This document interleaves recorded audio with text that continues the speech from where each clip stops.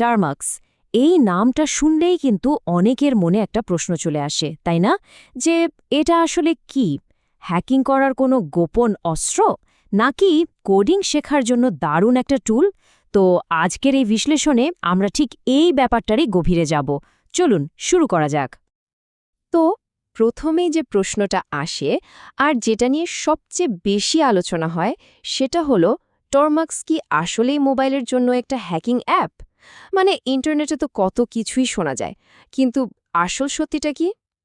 আসলে টার্মাক্স হল অ্যান্ড্রয়েডের জন্য একটা খুবই শক্তিশালী লিনাক্স টার্মিনাল এমুলেটর সহজ কথায় এটা আপনার ফোনকে একটা ছোটখাটো লিনাক্স কম্পিউটারের মতো কাজ করার সুযোগ করে দেয় এর আসল উদ্দেশ্য কিন্তু হ্যাকিং না বরং কোডিং শেখা নেটওয়ার্ক টেস্টিং আর বিভিন্ন স্ক্রিপ্টিংয়ের মতো কাজ করা বেশ তাহলে যদি এটা হ্যাকিং অ্যাপ নাই হয় তাহলে টার্মাক্স দিয়ে আসলে কি করা সম্ভব সত্যি বলতে এর সম্ভাবনার জগৎটা কিন্তু বেশ বড় বিশেষ করে যারা টেকনোলজি ভালোবাসেন তাদের জন্য তো বটে এই স্লাইডটা একটু খেয়াল করলে বোঝা যাবে এর আসল কাজগুলো কি যেমন ধরুন ম্যাপের মতো টুল ব্যবহার করে নিজের নেটওয়ার্ক স্ক্যান করা মানে আপনার নেটওয়ার্কে কোন কোন ডিভাইস কানেক্টেড আছে সেটা দেখা কিংবা কোনো সার্ভারের পোর্ট খোলা আছে কিনা তা চেক করা ওয়েব সার্ভার নিয়ে তথ্য বের করা এমনকি পাইথনের মতো ভাষায় প্রোগ্রামিং করাও সম্ভব মানে এটা জ্ঞান অর্জনের জন্য দারুণ একটা প্ল্যাটফর্ম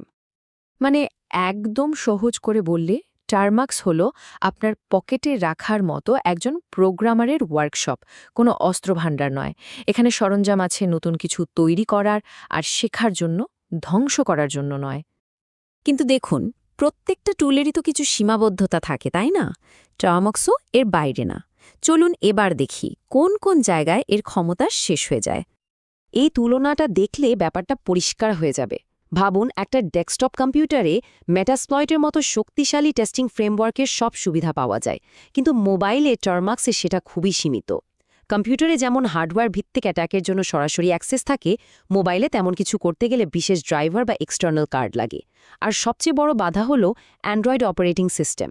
ফোন রুট করা না থাকলে এর ক্ষমতা অনেক কমে যায় কারণ অ্যাপটা সিস্টেমের গভীরে যেতেই পারে না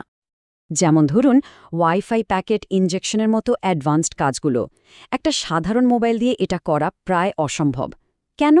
কারণ মোবাইলের হার্ডওয়্যারটাই এই ধরনের কাজের জন্য বানানো হয়নি সুতরাং যা ভাবা হয় আর যা করা সম্ভব তার মধ্যে কিন্তু বেশ বড় একটা পার্থক্য আছে আচ্ছা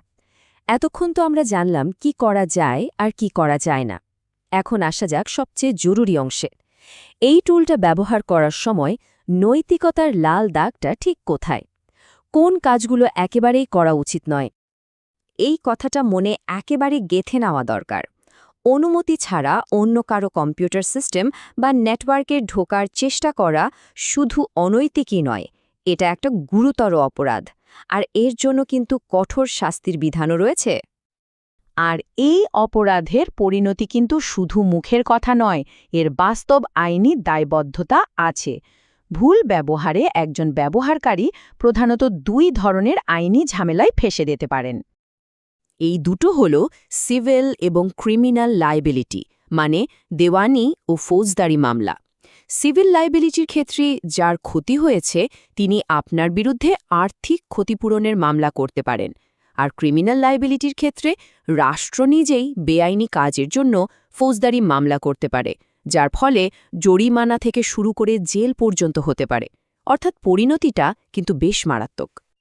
তো পুরো আলোচনা থেকে আমরা মূল কি শিক্ষা পেলাম সংক্ষেপে বলতে গেলে টার্মাক্স একটা টুল কোনো অস্ত্র নয় এর সঠিক ব্যবহারটা কিন্তু তিনটে সহজ ধাপে ভাবা যেতে পারে প্রথমত এটাকে ব্যবহার করুন নেটওয়ার্ক এবং কোডিং শেখার জন্য দ্বিতীয়ত পরীক্ষা নিরীক্ষা করুন শুধুমাত্র নিজের সিস্টেমে অথবা যেখানে আপনার অনুমতি আছে এবং সবশেষে যেটা সবচেয়ে জরুরি আইনি এবং নৈতিক সীমাকে সবসময় সম্মান করুন শেষ পর্যন্ত টার্মাক্স কি হয়ে উঠবে জ্ঞান অর্জনের একটা দারুণ সুযোগ নাকি ঝুঁকির একটা অন্ধকার পথ সেই সিদ্ধান্তটা কিন্তু সম্পূর্ণভাবে ব্যবহারকারীর নিজের হাতে জ্ঞান আর ক্ষমতা দুটোই দায়িত্বের সাথে ব্যবহার করাটাই সবচেয়ে গুরুত্বপূর্ণ